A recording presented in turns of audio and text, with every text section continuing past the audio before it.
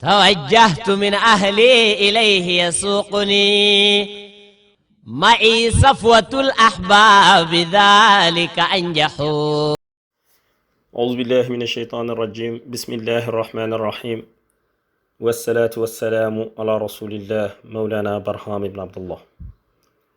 mbokk yi ñu ngi leen di nuyu di leen ziyaara di nuyu le xalif général de Medina Baye Seydi wa Moulaye Cheikh Ahmed Tidiane Ibrahim Niass, di nuyu l'imam de la grande mosquée de Medina Baye Seydi wa Moulaye Cheikh Ahmed Tidiane Aliou Cissé, di nuyu le porte-parole de la Fayda Ibrahimiya Seydi wa Moulaye Cheikh Mohammed El Mahi Aliou Cissé, di nuyu le président d'Ansaruddin Seydi wa Moulaye Cheikh Munhamina Ibrahim Niass ak mboolem njabootu Mawlana Cheikh al Islam.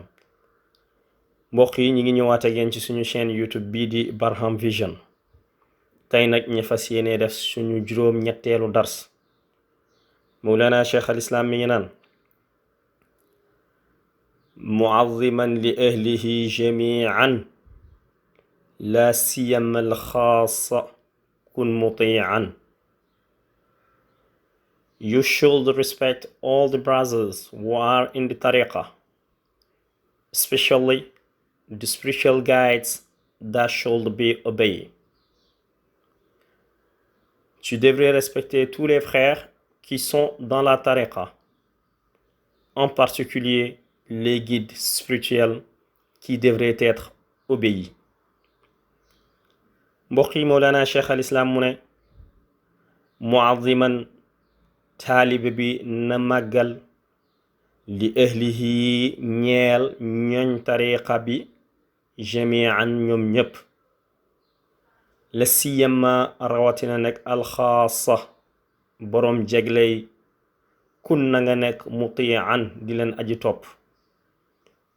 mbokk yi Abul Faydu Tijaani Mawlana Cheikh al Islam mu ne taalibe bi na màggal mboolem ñi nga xamante ne ñi ngi ci biir tariqa tijaan bi, rawatina nekk muqaddam yi. yow taalibe bi na nga topp seeni ndigal.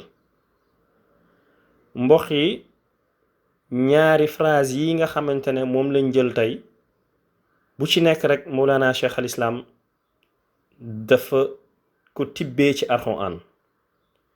bi ci njëkk bi nga xamante ne mooy Baay nee na ñu màggal képp koo xamante ne mi ngi ci biir tariqa bi. Baay wax ñu ne yàlla dafa wax ci Alxuraan ne innamal mu'minuuna ixwatun fa aslihu bayna axawaykum. mu ne yàlla dafa wax ci aaya boobu ni jullit ñi ay mbokk leen, kon nag na ngeen rafetal seen biir. ñaareel phrase bi mu ne rawatina nag muqaddam yi na ngeen leen topp. Baay waxaat ñu ne yàlla dafa wax ci Alxuraan ne atiu llaha wa atiu rasula wa ulil amri minkum. bu yàlla waxee def leen, bu yéen ci yàlla Muhammad sallallahu alayhi wa sallam waxee def leen, waaye itam ak ñu amee diine bi ci seen biir bu ñu waxee def leen. ba tey itam Mawlana Cheikh al Islam mu nañu Cheikhina Ahmed Tijaani dafa wax ni yeneen ci yàlla Muhammad sallallahu alayhi wa sallam da ko feeñu mu ne ko fuqaraa'uka fuqaraa'i wa asxaabuka asxaabi fala yu'zi ba'duhum ba'da fa innahu yu'zini ma yu'zihim. mu ne yéen ci yàlla Muhammad sallallahu alayhi wa sallam ba mu ko feeñoo moom Cheikhina Ahmed Tijaani da ko ne say taalibe samay taalibe lañ, say saxaaba samay saxaaba lañ, kon nekk wax leen bu ñuy lorante ndaxte kat seenu loraange daf may lor man yéen ci yàlla Muhammad sallallahu alayhi wa sallam.